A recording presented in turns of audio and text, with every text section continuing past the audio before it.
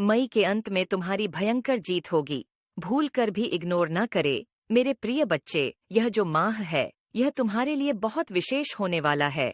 अब जब तुम धीरे धीरे इस माह के अंत तक पहुंचोगे तो यह माह तुम्हारे लिए दिव्य ऊर्जा से भरा हुआ एक ऐसा स्रोत बनने वाला है जो न केवल तुम्हारी समस्याओं को दूर करेगा बल्कि तुम्हारे भीतर ऐसी उत्तेजना भर देगा जो तुम्हें जीत दिलाने के लिए पर्याप्त होगी।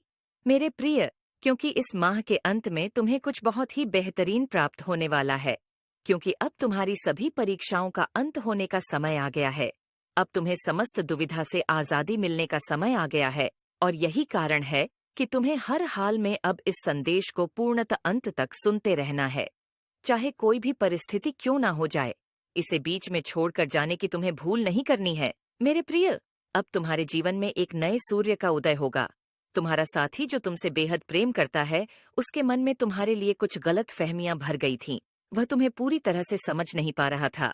वह तुम्हारी स्थिति और परिस्थिति से पूरी तरह से अनजान था और इसी कारण से वह विपरीत समय में भी तुम्हारा साथ देने में सक्षम नहीं हो पा रहा था।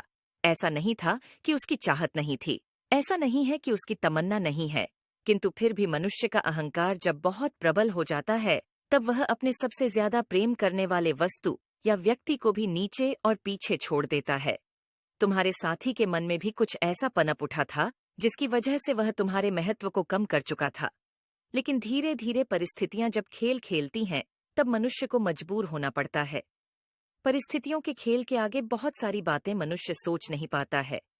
ऐसी ही खेल तुम्हारे साथी के भी जीवन में खेली जा रही थी, जिसके चलते वह मजबूर हुआ, वह विवश हुआ और अपनी व्यवस्था में उसे तुम्हारी याद आई। अपनी व्यवस्था में उसने उस व्यक्ति को याद करना महत्वपूर्ण समझा जो उसके लिए सबसे खास है, जो हर समय उसके लिए उपलब्ध रहता हो, जो उसे इतना प्रेम करता हो कि उसके आगे उसे कुछ और दिखाई न पड़ता हो। और ऐसे समय में उसके मनोभाव में, उसके मन चित्र में केवल तुम्हारी छवि प्रदर्शित हुई और उन क्षणों में उसकी आंखों से अश्रुधारा बह निकली।